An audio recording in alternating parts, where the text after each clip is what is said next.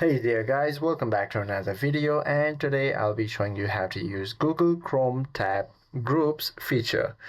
Google Chrome's tab feature allows you to organize tabs by clicking on a tab and selecting add tab to new group, then naming and color coding it. You can drag tabs into groups, collapse them to save space, and choose to save them for future use. This tool works on Chrome desktop and also on Chrome mobile applications to declutter browser workspace.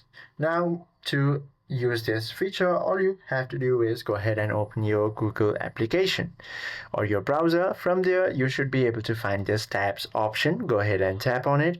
From here, you will be able to access your older tabs as well, in which you might have been working on.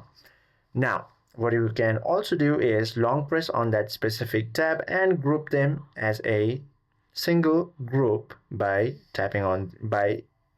moving it towards another tab.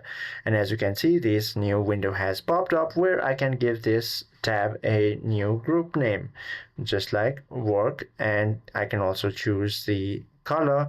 Once you're done, go ahead and tap on this done button, and as you can see, it is accessible now much more easier. Now, once it is set in a group, it will be much more easier for you to access or bounce through different sites or pages easily.